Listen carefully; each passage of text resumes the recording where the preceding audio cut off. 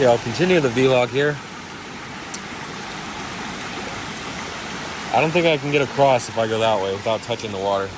I'm wearing my shoes today. My feet were sore. I love walking in this water barefoot though. Oh, here we go.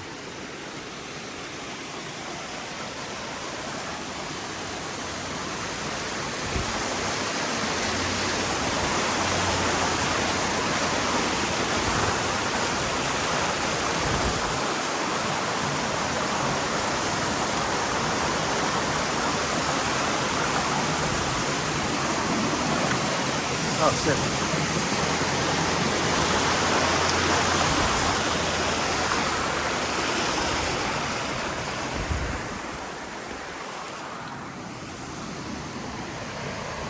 It's nice out during the day. Hey, pups.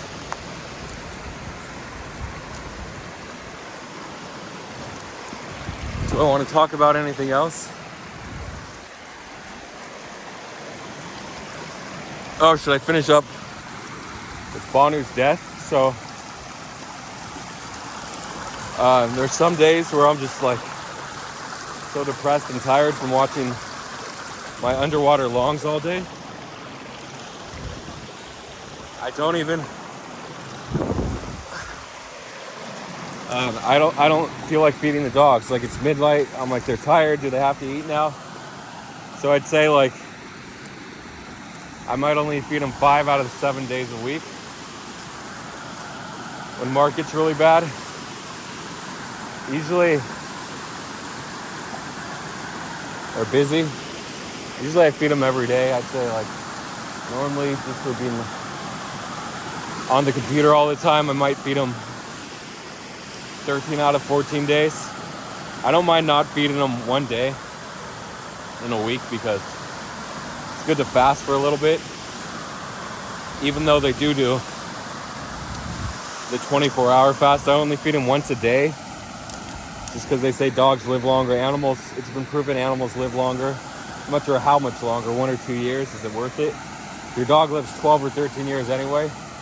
Does 1 or 2 extra years matter? I don't know. So I only feed them once a day for that reason.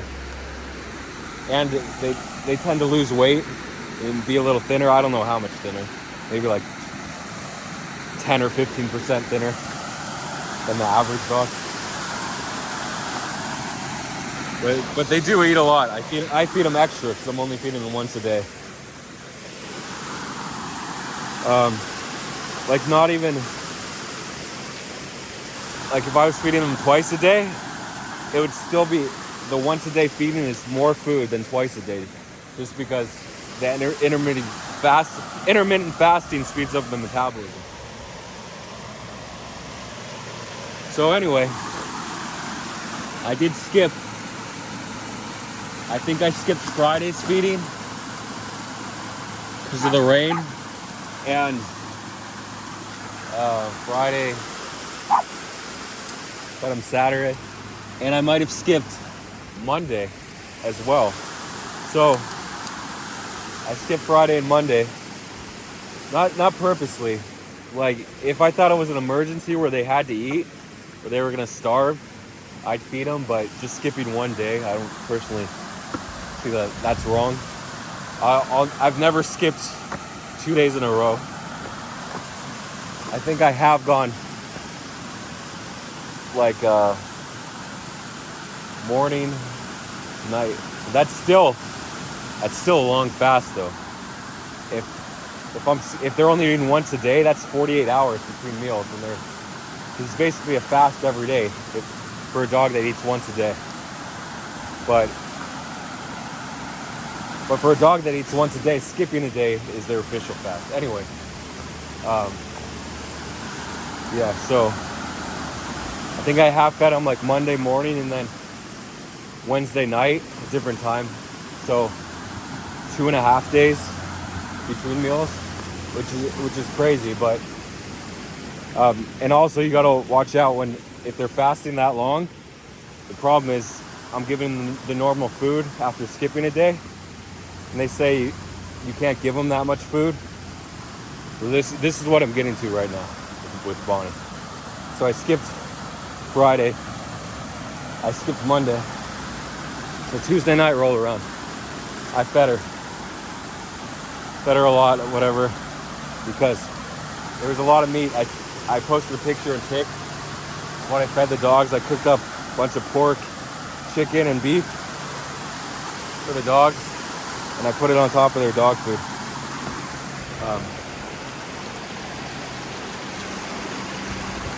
Oh, look how deep that water is. It's a good 3 feet deep. 1 meter or so. Cashew, how are you gonna get around that river?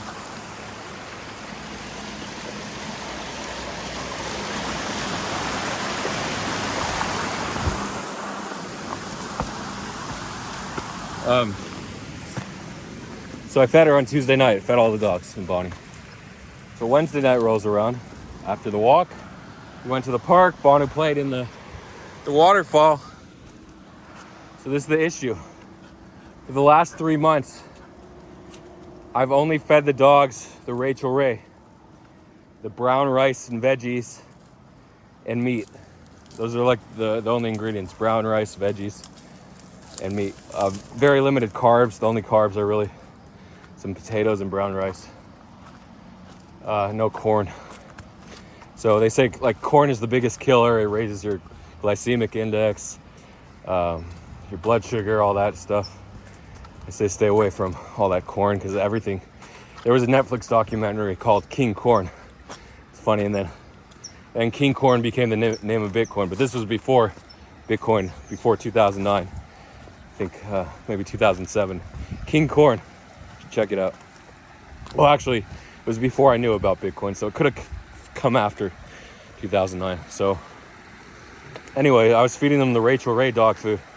And then I realized brown rice, the number one ingredient, you got to limit brown rice intake because of arsenic. You don't want heavy metal poisoning. What are the heavy metals? The main ones in food: arsenic, lead, and mercury. Lead comes from containers, the old tin cans, or not tin, canned foods. They used to be coated with lead, and we used to have lead paint and everything, but the harms of lead, people said people were so much healthier 50 years ago. Yeah, right, lead. They were retarded though, because the lead poisoning actually lowers your IQ. If you look up how to lower your IQ, the number one result is lead. Lead lowers your IQ. So lead, arsenic, mercury, you want to stay away from them as much as possible. But with digesting that stuff in food, it usually takes longer than handling it and transferring through your skin or inserting it into your anus or rectum. So it's a slower absorption. So I heard if you eat a lot of sushi with large fish, like swordfish is a big one, dolphin, because these animals eat all the other animals that live on the bottom of the ocean that eat all the heavy metals. So the larger you move up in the oceanic food chain, you'll consume larger amounts of mercury. So I read if you just stop eating them, you won't have the effects. But really, this stuff never goes away. It stays in your body forever, I think. Is that how it works? Maybe it goes away a little bit. But the toxic effects from eating mercury do go away if you stop eating so much sushi and dolphin, swordfish. There's a bunch of others. I think sharks too. Anyway, so I was worried about the arsenic from brown rice, because brown rice is the whole husk, and when you eat white rice, the husk is removed, dehusked, and you wash the white rice, you get rid of a lot of arsenic. So also jasmine rice is good, whatever, basmati rice, they're all good. So with a slightly lower or slightly better, is it lower or higher? They raise, I would say, slightly lower glycemic index than just white rice. And brown rice has an even lower one. The problem with brown rice is the arsenic. So Anyway, I was worried about the brown rice because I don't want my dogs to be poisoned. So I switched. So this is my last 3 bags. So yet Wednesday night rolled around after the park. I had to open the new bag, and what was the new bag? Beneful. So whatever, it's the same dog food, right? Wrong. Purina has these large, different colored chunks because you think, oh, my dog, look at the beautiful colors. We got brown and yellow and red in this dog food. It's amazing, and they're different sizes and shapes. Like, only people care about this stuff. But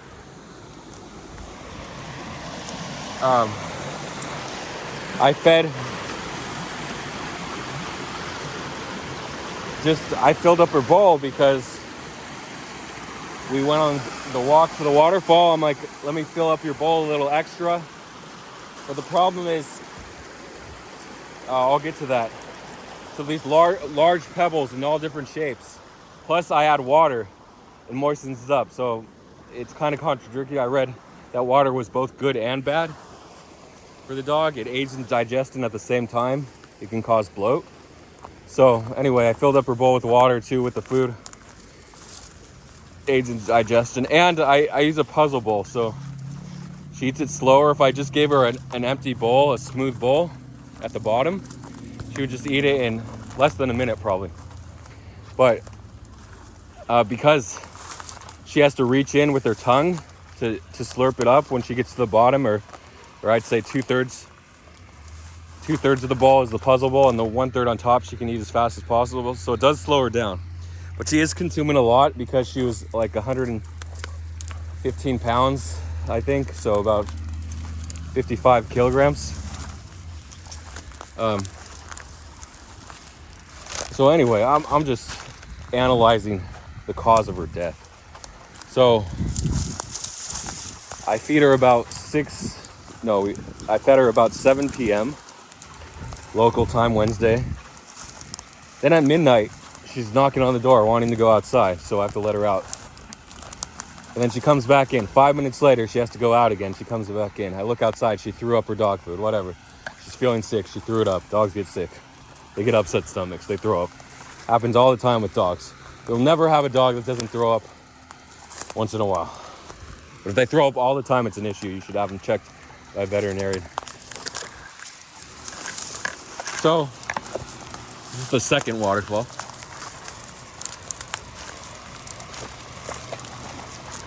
During the late spring, when it's not raining anymore, I have to come here because the first waterfall doesn't have any water, but this one usually has a little bit of water still. At least a pool at the bottom might not be flowing. So I did put a little fish sticks and bacon. They said oily food can also do it, but it was really half a piece of bacon, so it wouldn't have had much of an effect. How do I get down here normally? I think right here.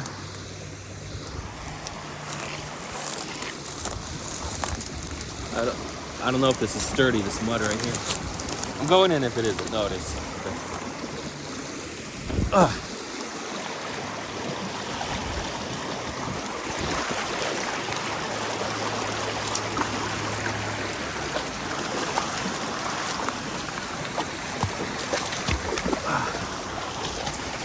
My foot got wet. I fucked up.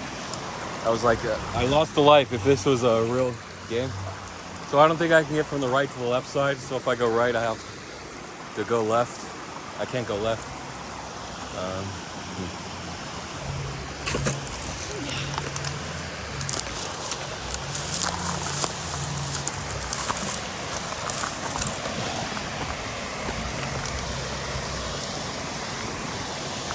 Okay, so midnight I let her out, throws up, she comes back in, she's foaming out the mouth, foam coming out of her mouth, whatever. Throwing up, upset stomach flu. I did give her that weird food, but all the dogs eat the same food. So I'm thinking, okay, upset stomach, maybe food poisoning, but they're all eating the same food, so how can it be food poisoning? 1:30, she's moaning. I'm still thinking stomach flu, okay?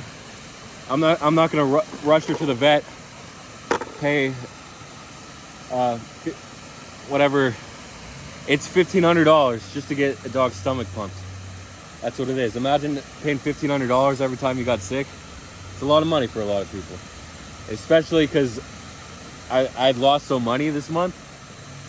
And last time I took her to the vet, she had something called aspirated pneumonia, which is when you eat too fast, your lungs absorb some of the food or water, which creates a condition called aspiration, which leads to pneumonia, like this wet cough. It takes a few days and sometimes weeks of antibiotics to cure the aspirated pneumonia. Also, that's one of the reasons they advise pregnant women not to eat when they're at the hospital. They can have light food